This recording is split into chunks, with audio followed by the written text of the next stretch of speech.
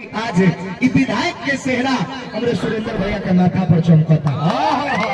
ना जी पद पर बैठावे के रवा सब काम करनी खातिर तहे दिल से बहुत बहुत आभार प्रकट करता नहीं ये उम्मीद रखता नहीं कि एजा से जे भी आई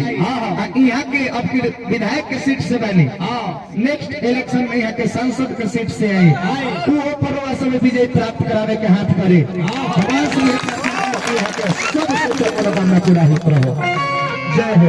बना रही है चला दे विधायक जी तक हमरों के डाल दी है लेन चला दी आंगनबाड़ी में चला दी तनी एगो लहदारी गाती का एगो विधायक के कलम गीत गाए काहे के हमने कही आरजेडी कॉलेज में हां एनडीए कॉलेज में लड़ा कर घास के उलट जाए के दे दी सब से ना दिए के बाद दे दे हिदायत करवा कि ना ही कुछ खाली हम क्या देंगे ना गावे के ही लूंगा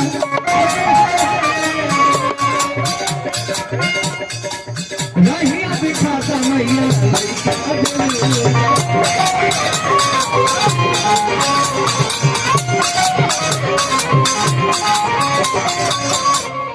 अरे का और का हो आइल बानी शरण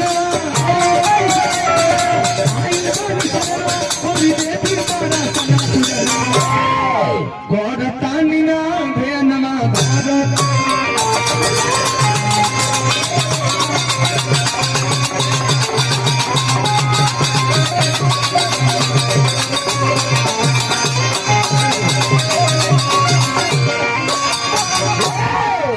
अब चलते चलते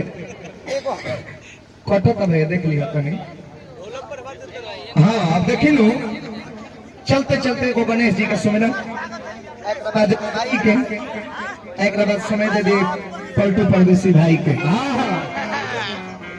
आज के जमाना कैसन हो गए कैसन खेत के हुआ के प्रदुमन भाई खेत के हुआ के बोआ का के गेहूं विकास विकास बाबू खेत के हुआ के बोआ का गेहूं बोझा बीमारी के लेके ढोआ का गेहूं जाई ना रिंगटोन आ गइल बा संग मोबाइल में की बाजा तक केहू के तो ढोआ तक गेहूं हो गया है कि नहीं जी बहुत सही पूरा है ना आज के जमाना में दुई एगो चीज हाईलाइट बा काका एगो जेंट्स डिपार्टमेंट में एगो जेंट्स डिपार्टमेंट में बजरंग दल एगो लेडीज डिपार्टमेंट में शिव चर्चा अपना हाईलाइट हो गइल बा अपना हाईलाइट हो गइल बा जितना नयका भाई लोग रहता लोग सब जना बजरंग दल में शामिल बनो भगवा कलर के वस्त्र एगो देह पर चमका के डीजे साउंड विश्व बॉक्स लगा लेता लोग एगो पिकअप पर डायलॉग फिट कर देता लोग जय श्री राम मैं देश का हनुमान हूँ कि देश मेरा नाम है सीना छीन कर दिखा दूंगा अंदर बैठा हिंदुस्तान है जय भवानी इन लोगों ने जमौले तले कुछ दूर आगे बढ़ी तो शिव चर्चों के हालाबा मार्केट में 5 गो गाँव के मेहरारू लोग इकट्ठा हो जाता लो आ शुरू कर देता लोग कैसे हो कि जागी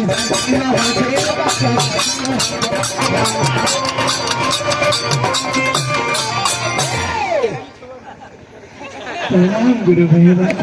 प्रणाम शिष्या प्रणाम नीलम दीदी गोर लागत हरिंदर भैया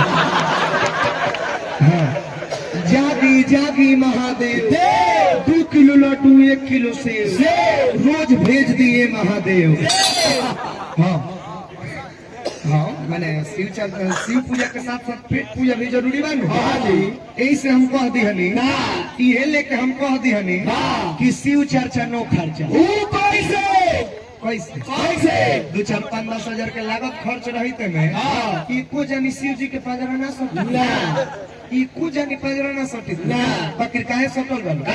पैसा लगही के नहीं खे पैसा लगही के नहीं खे टेंट समियाना करही के नहीं खे कोनो पानी में भीज के गावे मंदिर के देवल में बैठ के गावे के बा ना जी साउंड करही के नहीं खे ऑलरेडी हर मंदिर पर दुगो घड़ी चोंगा बांधल रहता एगो माइक रहता जिन जानी हथिया तरी माइक जैसे कि पूरा लॉकडाउन के गर्दाओं में कोई को चल परदेसी को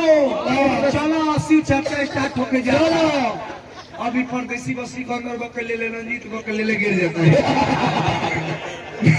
ना जी। हाँ जी। शुरू हो जाता शिव गुरु शिव गुरु शिव गुरु। यही से हम कहते हैं कि शिव चर्चा पर नो खर्चा। ओ कैसे कैसे कैसे मात्र 2 गो अगरबत्ती, हाँ। 1 गो सलाई सलाई। आ पुरान चप्पल पहन के जाई, उन्हें से नया बदल के आए। सही कहते हाँ देख रहे हैं खराब कहते कैसे कहते हैं देखले है केकरा के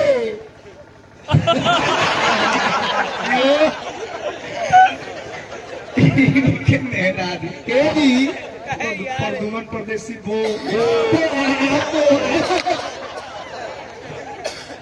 सही मैंने की भोजपुरी के लगाव हो फालना नाम ला के बोल ला तो समझी की टारगेट उनका मेहरारू के कोई हाँ इनके के देखा परदुमन परदेसी बो इनकर मेहरारू हाँ लवंडा से बियाह कइल बड़े एक तीसरी चर्चा में एगो स्टॉल ले लिया नाइटिए पर चल देली देखियो ओकर नाम है नाइटी नाइटी। नाइट माने रात होला होला। नाइटी रात में यूज कइल जाला ना जी। हाँ जी आ ई दिने में नाइटी पहन के हाँ आ एगो नया वैरायटी के ओढ़नी ले ले हाँ चल लिया कान्हा पर धरत रह जान तनी के गेट अरे एक आए हाय मान लगी चलो बा आए हाय खतरा करूंगी खतरा करूंगी खतरा कर चल बा चल दिल्ली शिव चर्चा में सब लोग शिव चर्चा करता वो मर्द चर्चा शुरू कर दे बा कैसे धनिया का नाच पर धल लिहली कानवा में खोस के आ कह तरीके ए दे आ दे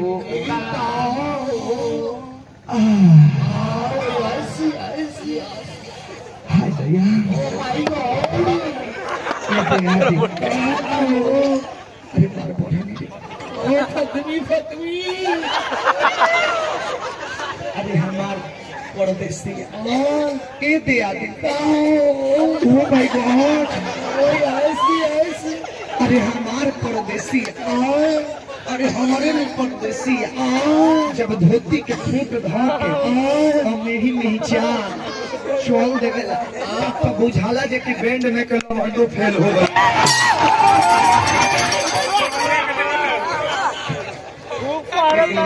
लयदार कहूँगा के बारी नु क्या पूछबे मत करी